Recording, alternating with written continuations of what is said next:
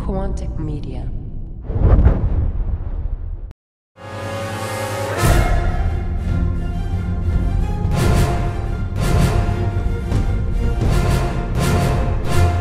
.360 RPG, a chopper over a building? Been there, done that. Later, bro. Yo, what's going on YouTube? Doom49 here, bringing you a post commentary, doing it on Atacama, Carnage, and I don't know if you guys noticed that right there, but to be airborne quick as heck, you gotta get in the chopper, switch to your gunner seat, switch back to your pilot seat, and you'll get airborne fast as heck. Now I'm going to be doing it on Conquest, showing you a little bit of the Atacama Conquest, Atacama Rush mode as well, and doing it air warfare and ground warfare, so be ready for this to switch up a lot here and there. Now I don't know if you noticed from that sweet intro in the beginning, but I am now part of the Quantic Media team doing the commentary side of things on this one, and might as well introduce myself. And I do a lot of Bad Company commentaries, Bad Company 2 that is, and I'm going to be doing some Battlefield 3 commentaries when that game comes out, so you guys should definitely check out my channel to see some awesome commentary, awesome tips and tricks along the way in the commentaries, and some beast gameplay. Now I might as well talk about the gamer tag Aces High, because a lot of people think that's a team, but it's really not. It's actually something nerdy and funny that one of my friends did. Him and I got this game only to fly the choppers, and we figured it'd be funny to have the tag Aces High so people watch the skies when they see us coming by. Now as for Doom49, that's actually a pretty funny thing, because that name is not a jersey number, or the 49 that is, but that's actually because I started playing games being Quake on Heat's Night, Quake 2 that is, and the only name available was Doom49 because I wanted to use Doom, but so that meant there were 48 Dooms before me, which is actually funny. But I'm going to be shooting this tank, but then I died. Now I know a lot of you guys are probably wondering, dude, what the heck are you doing being a sniper and using the SVU on Atacama flying the chopper? Shouldn't you be using the engineer class doing that? Well, the reason being is I get bored sometimes, and I gotta switch it up. I gotta challenge myself. I gotta do some different gameplays in there. So what I like to do is do a little game I like to play. No scope everybody as I go no scope that sniper and that engineer there. I realize there's a tank behind me, so I decide to pull out my C4. Realize I can't get it because I got no more C4. Get on the stationary AT, which takes me a year to turn around, and finally take out that tank. As I get down under here, I'm trying to find that engineer, but look at this tag team action. The engineer behind him takes me out, and that guy finally realizes. See, now if I don't switch it up, I end up getting bored, and I start doing something like this, where I see a Captain Greensuit, or Mr. Greensuit for that matter, and I try to knife him. Completely miss on the first one, miss on the second one, but finally get him on the third one, and see a chopper on the side, decide to spice it up a bit and use that RPG to take that chopper out. Now you guys can't be flying that low because you'll get taken out easily. You gotta fly high. Now let's get back into this, and I might as well talk about why I got the commentary name Mr. Wang. Now the reason is Mr. Wang is actually my physics teacher in high school, and he had some of the funniest theories to life, which actually stuck to me for a while, and he had the thickest accent. And I'm going to be brutally killing it right now as I try to say this, but he said this to me. He's like, "Do you know how to be good? You have to climb the stairs. You have to take one step at a time. Do you know why?" And this time I'm laughing at inside, and I'm thinking, what the heck is he talking about? And meanwhile, he goes on to say, "Because if you climb the 2 steps at a time, you fall. And then you hurt yourself. Who's going to help you?" And that actually stuck to me pretty well, because what he's trying to tell me is in order to do the harder questions in physics, you got to start off with the easy questions to get to the harder ones. And this actually stuck to me in my gaming career, as brutally as I killed that accent right there, guys. Pretty much what it's telling me in the gaming thing is the reason I'm doing the SVU sniping rifle, going around no-scoping people, is to practice my no-scoping skills for when I go to use an actual good sniping rifle like the SV98, trying to no-scope people here and there. Now let's get into this commentary, and what you want to do being a pilot is you want to use your environment and stay low. It's stealthy as heck because the enemies won't notice you as you go by. Now the only thing you got to worry about is a tank, and I'm going to be shooting at this tank as I get high, and I start taking him out here. And as I turn around once more, I notice there's a chopper coming by at the top there, and I finally get that tank out, and I decide I gotta go get this chopper. But he's a little bit oblivious as he looks at me, and then he decides to keep going on his path, and I get lucky at this point because I get tracer darted here. Now here's a tip for you. When you get tracer darted, you gotta get into that third-person view and start dodging the heck out of that rocket. Now I don't dodge just one rocket, I dodge 2 rockets, as you can see right there. Now the best way to do this is you want to fly under it and towards it. It'll get that rocket going around in circles, and the reason you want to go under it and stay low, at least start off from a high point and go low and keep going under it and towards it is not only does it make it miss you, but you want to get it blown up and out of the way as fast as possible. So by getting low, it's going to hit the ground and blow up. And right here I see a Jeep look-alike Hummer wannabe vehicle, and I don't even know the name of it right now. That's why I gave it that funny name right there. But I take him out and I get tracer darted once more, but luckily for me, my gunner takes out that guy who tracer darted me. Now I'm going to get back in my pilot seat, and I see this oblivious pilot once more who's flying by. I miss a couple of shots on him. I hit him with a bit and decide I got to get a little bit closer to take him out right there.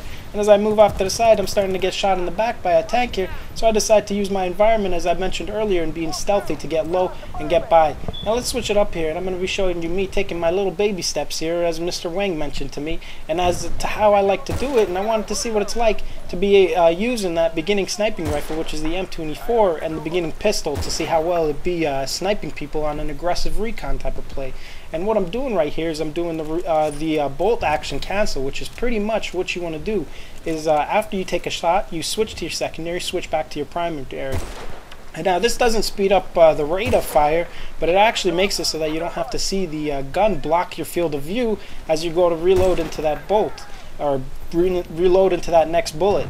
Now as I move around, I take out that guy sitting in that house looking out that small window, and I move around here, realize that the enemy defused the MCOM, so I decide to throw a sensor ball and throw a C4 out there, but apparently I got the wiring all wrong because the C4 won't blow up, so I decide I gotta quick scope that guy, and I turn around seeing a gorilla face looking at me that now he's completely oblivious to me as well, and I finally knife him dead. So I quickly go around, decide I gotta get that MCOM planted because I've taken out a lot of guys. They're gonna realize I'm here. They're gonna want me dead. They're gonna be looking for me. So I get in there, quickly plant that MCOM, take out that guy that notices me there, and I decide to get back into that house. Now I hear a guy yelling out some funny stuff onto the side, so I quickly go up to him and knife him dead. I don't even know if that's Mr. Gorilla Face right there, but I decide to throw in another C4 and blow it up. Apparently I got the wiring right this time. And I throw a sensor ball there to look at my minimap, see how many guys are getting to that MCOM. Looks like a heck of a whole lot, and now my bullets are low. Quickly quick scope one guy, completely miss on it. Quick scope again, take him out on that, and decide to go off to the side as I go to find these next guys, but I miss him, and miss this guy doing the moonwalk, and I quickly go back in for cover, realize that I got no more bullets, so I decide to go the other way around, see a guy doing a quick funny jump in the air, kit switch, and can't seem to kill this guy. Now let me show you what it's like for me to be defending. Now I quickly defuse that MCOM right here, and I'm going to quickly move into this building here. Apparently nobody notices me. I'm going to sit in this corner and look at my mini-map to see what's going on and who's around me, and I quickly move off to the side, quick scope that guy in the head, decide I'm going to do a nice 360 quick scope on this guy, but apparently he's Mr. Nothing's going to register on me because I don't just miss a quick scope, I miss a knife, I miss another knife, and here I am missing the third, getting the third knife that is, and quickly move off to the side because I realize the building's going to fall down on my head. I don't know if you guys noticed, but apparently DICE has given me a rubber knife. Not really a rubber knife, but a paper knife at that, because apparently I got to stab him a couple of times for it to finally work. And you're going to be seeing that later on in this as to how that happens to me. Now I'm going to decide I'm going to spawn on my teammate, because he seems to be in a nice spot right here. I do a quick scope on that medic, completely whiff on that one. Do another quick scope, get the engineer running off to the side. Decide to shoot at this guy up there. Couldn't hit him on that first shot, hit him with the next one. Now I only got one more bullet left in my chamber, so I decided to quick scope this sniper sitting off to the side, kit switch to his goal. Quickly move around and look at this guy. He knifes my teammate. Couldn't get him with the quick scope. Got to do a little paper cut on him. Get him with another paper cut, super paper cut maybe. But because remember, I got a paper knife here. And I start moving off to the side, do a super paper cut on this guy, and decide to get this guy sitting on Mount Everest, or Mount Everest of rubble over here, and start moving off to the side, realizing I got to do another kit switch to get another weapon, because I'm low on ammo here. And I see this guy sitting in the Jeep look-alike Hummer wannabe vehicle, and it's apparently not enough to 40 mil it to get to blow up, so I got to pistol him dead. I move around looking for these next guys, but apparently this guy's got to get 3 paper cuts to get him dead, because I don't miss 2, I get him on the final 3rd one. Now let's switch it up here, getting back into the air warfare. And I want to talk to you guys about the seat switch, doing that seat switch to take people out, and using that gunner seat to your advantage. And the way you want to do it is being in the gunner seat, you shoot your rockets, you aim your crosshair above the pilot and shoot your rockets slightly above him, as the gravity will pull the rockets down to him. Now as you switch back to your gunner seat, you want to aim below it, and that will get the, apparently the drop is greater than the gravity, and get the bullets to apparently shoot up, and they'll hit the pilot as he's flying. Now right here is what I'm talking about, being stealthy, using your environment, staying low, making it hard for the enemy to see you, even tracer dart you, and it's also good for when you want to go repair. But I'm not done with these guys, I got to take them out some more. So I click and move up here, get in a little bit higher, and I don't know if you can see this, but straight up there's the pilot coming back up to get some more action. And when they're further off, you got to aim it a little higher and a little bit lower to get them dead, as I did right there. Now I'm going to be showing you how you can use this to take out people on the anti-air. And it works optimal on them because it makes it harder for them to hit you. As you can see there, his bullets are going above me and I take him out. Now let's get back into this. I'm going to be talking about why a little tactic here, being stealthy and being smart at it as well. When your team caps 2 flags and you're down to 1 flag to be capped to make it harder on the enemy, that enemy is going to be spawning like crazy on that last flag. So what you want to do is you want to lay down as much fire as you can to take out those guys. Now being a pilot, your main job, since you got the rockets, you got to take out those tanks. So first thing, get those tanks out of the way. Then look for the guys running around and take those runners out. And that's what I'm doing right here. I'm providing as much cover so my team can push in and make it a lot harder for the enemy and take them out easier.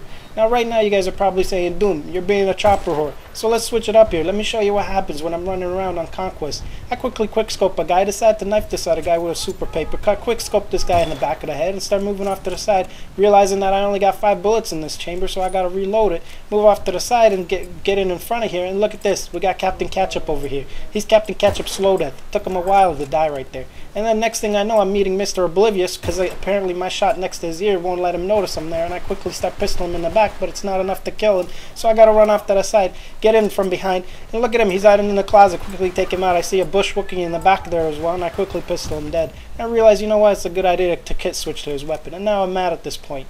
Not because I just took out a bush Wookiee, or not because I'm about to take this guy sitting on the flag right there, but because this man is using the red dot on the XMA, and this is a beautiful weapon. You shouldn't be using the red dot on it. And now another thing I want to tell you guys about. Don't use these red dots on weapons that have nice iron sights. You got to be using it only on weapons that have terrible iron sights. Not only that, I noticed a lot of guys use the MMN on weapons that have amazing recoil that you can easily control. You only want to use the MMN on weapons that have terrible recoil. That takes a lot of work and skill to control. And the thing is, you can free up specs like a lightweight package that you can run around and be good at. Now I'm going to end it off here doing a nice seat switch on this guy in a 2v1 situation, as him having 2 people, and I quickly take him out. But I'm not done here, because when this ends, I got something special for you. My heli, it likes to be in and everything. It's going to fall on me. Check this out, right here. It's going to fall right there. You see that? That's my heli right there.